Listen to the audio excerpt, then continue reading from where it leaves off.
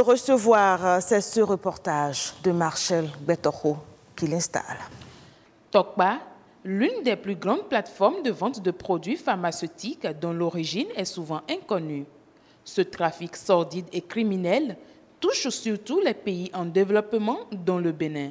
Les populations les plus démunies en font les frais. Elles sont attirées par les faibles prix par rapport aux médicaments vendus en pharmacie. Ceux qui vont vers les faux médicaments et qui vont attraper des maladies liées à la consommation de faux médicaments n'ont jamais les moyens pour se prendre en charge, pour se traiter. C'est là où le bas blesse. Donc, il va falloir vraiment, si nous voulons demain beaucoup de cadres, nous voulons demain des travailleurs, nous voulons demain des paysans forts pour aller labourer et revenir, il faut que nous leur donnons, nous mettons à leur disposition les médicaments de bonne qualité et que nous les orientons. En plus des sensibilisations au sein de la population à consommer des médicaments pharmaceutiques, il faut surtout œuvrer à une disponibilité continue des médicaments de qualité. Si je prends l'effort qu'au Bénin, la centrale d'achat des médicaments fait, en mettant disponibles les produits pharmaceutiques génériques de très très bonne qualité. Parce que la lutte contre les faux médicaments aussi, c'est avoir la disponibilité de la qualité et l'avoir partout, sur toute l'étendue du territoire national.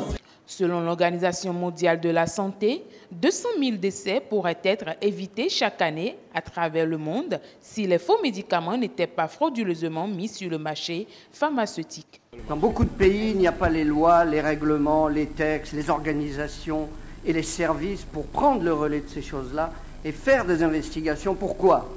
Pour amener les gens, les délinquants, les malfaiteurs, les trafiquants, les vendeurs de mort devant les tribunaux de façon à ce qu'ils répondent de leurs actes. L'État perd beaucoup. L'État perd beaucoup. Et malheureusement, non seulement nous perdons, mais ça nous expose à beaucoup d'autres situations que l'État sera obligé de sortir de l'argent pour gérer. Donc, c'est toujours mieux de mobiliser les ressources pour barrer la voie à ceux-là, ces tricheurs-là, qui tiennent effectivement à nous intoxiquer, plutôt que d'attendre.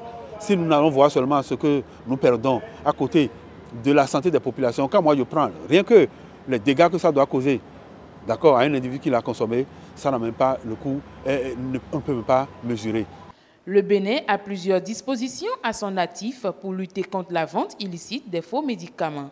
La multiplication des mesures répressives à travers une coordination régionale pilotée par la CEDEAO peut venir à bout de ce fléau qui menace tous les progrès effectués dans le domaine de la santé en Afrique.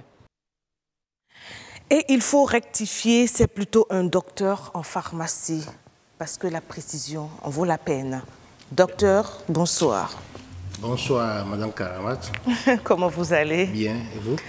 Je me porte à merveille et quand je suis en compagnie d'un acteur de la santé confirmé, je suis plus rassurée. C'est un plaisir de le savoir. Alors nous sommes aujourd'hui là pour parler des médicaments classiques et des médicaments génériques. D'entrée, qu'est-ce qu'on appelle un médicament générique? D'entrée, il faudra d'abord vous expliquer ce qu'on appelle un médicament pour aller sur le générique. Le médicament est une substance ou bien une drogue ou bien encore une composition que nous utilisons pour restaurer ou bien pour corriger la santé humaine ou bien la santé animale. Voyez-vous. Mais pour fabriquer un médicament, il faut de longues années, 15 à 20 ans. Parce que la pharmacie, c'est l'art de concevoir, de fabriquer, de stocker, de distribuer et de dispenser le médicament. C'est toute une chaîne. C'est une longue chaîne et à chaque niveau, il faut un pharmacien responsable. Voilà. On est habitué au Bénin à voir les pharmacies d'officine. C'est là où on fait la dispensation du médicament. D'accord. Voyez-vous. Maintenant, quand vous prenez tout ce temps pour fabriquer le médicament et que le médicament sort, vous avez 15 à 20 ans en tant que laboratoire pour pouvoir rentrer dans vos fonds. Et c'est après ce délai-là que le médicament, le principe actif peut être dans le domaine public. Docteur, et à ce niveau, docteur, oui. on va revenir à notre débat, Ouais. parce qu'on a très peu de temps là, disons 10 minutes encore. Venons-en aux médicaments directement. On a une idée rapidement de ce que c'est qu'un médicament, de toute sa chaîne, depuis la fabrication jusqu'à la consommation. Mais dites-nous, en quoi est-ce qu'il est différent, le médicament classique du générique? Le médicament Princept et le médicament générique sont deux médicaments bioéquivalents. Sauf que vous achetez le médicament générique moins cher. Tout simplement parce que le laboratoire déjà est rentré dans ses fonds. Tout simplement. C'est ça le médicament générique. Mais au niveau de la bioéquivalence, c'est-à-dire le principe actif est le même au niveau des deux médicaments. Le médicament Princept que vous appelez médicament Sola et le médicament générique. Est-ce qu'à votre avis, le Béninois lambda aujourd'hui connaît le générique? Est-ce qu'il sait que le générique est disponible dans les pharmacies, dans les officines? Non, les Béninois, actuellement, quand ils rentrent dans les pharmacies, la première réaction qu'ils ont, ils demandent le médicament générique. Et justement, pourquoi est-ce que c'est comme cela? Mais justement parce qu'il faut amoindrir le coût du médicament compte tenu de la bourse de nos compatriotes. Et ça a été toujours une réflexion qui continue au niveau des pharmaciens pour que les gens puissent accéder facilement aux médicaments et améliorer leur santé. Donc si je comprends, docteur, c'est que les génériques existent pour une frange de la population. C'est pour tout le monde. Les génériques, c'est pour tout le monde. Donc ce n'est pas pour les démunis? Non, pas pas forcément du tout. ça. Non.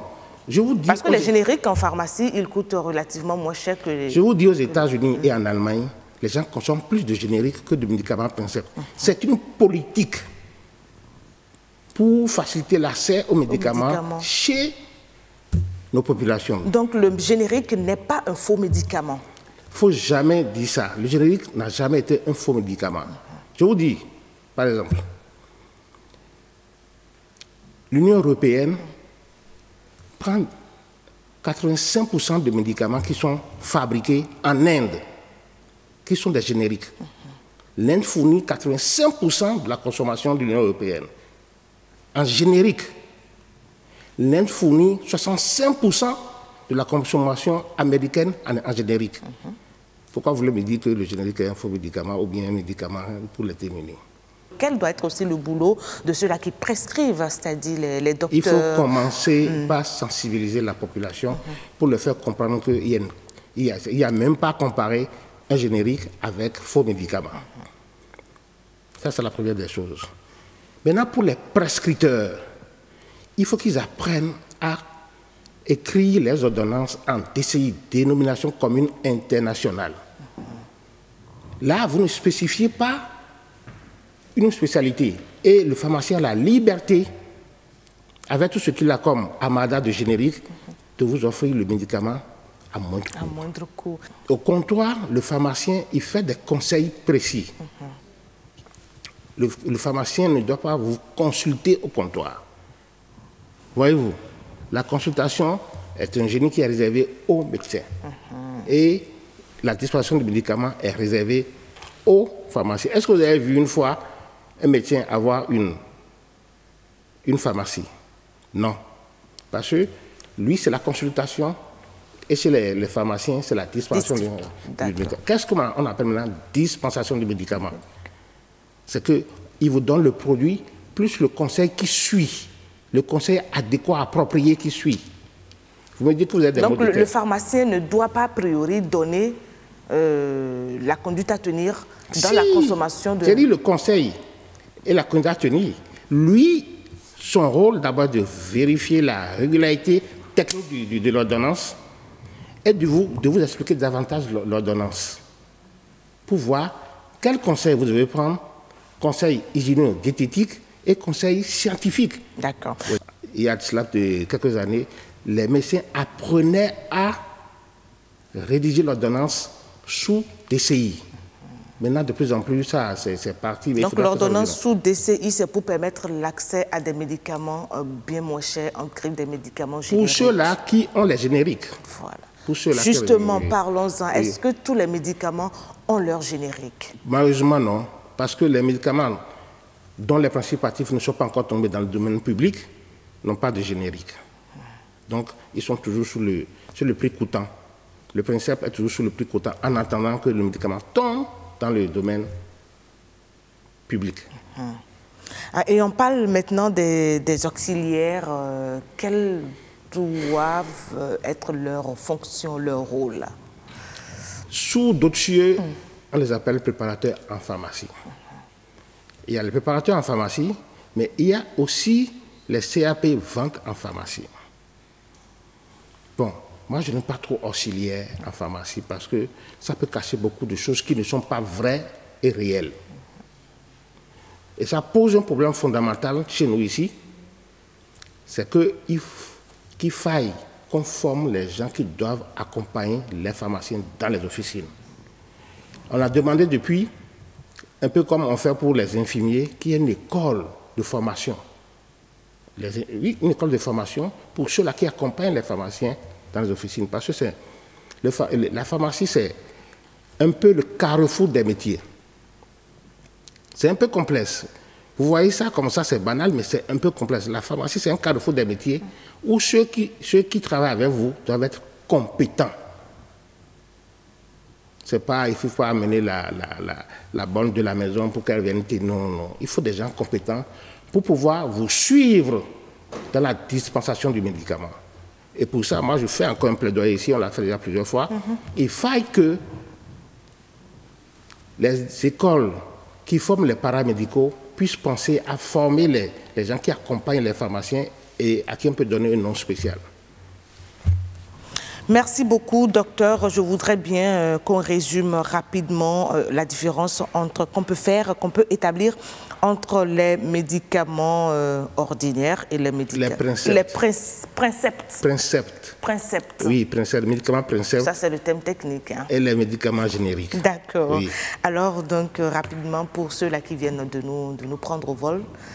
Je vous dirais tout simplement qu'un médicament générique a la même composition que le médicament princeps. Ils sont bioéquivalents. Et leur avantage? Sauf que le médicament générique est déjà tombé dans le domaine public. Sa formule est déjà tombée dans le domaine public. Donc, n'importe quel laboratoire digne de ce nom peut se l'approprier et fabriquer ça. Et c'est ce qui fait que les prix sont bas. Ils sont plus au prix du médicament princeps. Voyez-vous. Mais du point de vue efficacité, ce sont les mêmes choses. Ils jouent le même rôle. Ils jouent le même rôle. Je voudrais dire qu'il faut toujours avoir à l'esprit que le médicament, qu'il soit princeps ou bien médicament générique, est un poison et un remède, selon ce que vous voulez faire avec. Le même médicament qui est en train de te guérir peut te tuer. Comment ça? Ah oui, le médicament, c'est le mot par lequel on désigne le médicament en grec, c'est pharmakon, qui veut dire remède et poison. D'accord. Merci beaucoup, docteur. On aura compris pour aujourd'hui, certainement, et puisque ce plateau ne vous est pas étranger, vous allez revenir avec Heureuse d'Anandé pour d'autres échanges encore plus édifiants dans le secteur de la pharmacie pour permettre à nos populations d'avoir accès aux médicaments qui guérissent, mais qui sont aussi à moindre coût. Voilà. N'est-ce pas? Et dites à nos populations d'avoir confiance aux pharmaciens. Ils ont confiance. Merci. Elles ont confiance. Merci, merci beaucoup, docteur Armand Arthur Gonçalves, docteur en pharmacie. Vous êtes venu nous parler donc des faux médicaments et des génériques, la différence. Je viens finir par vous dire que on peut faire le faux médicament dans le principe comme dans le générique. Merci beaucoup, docteur. Merci beaucoup, docteur.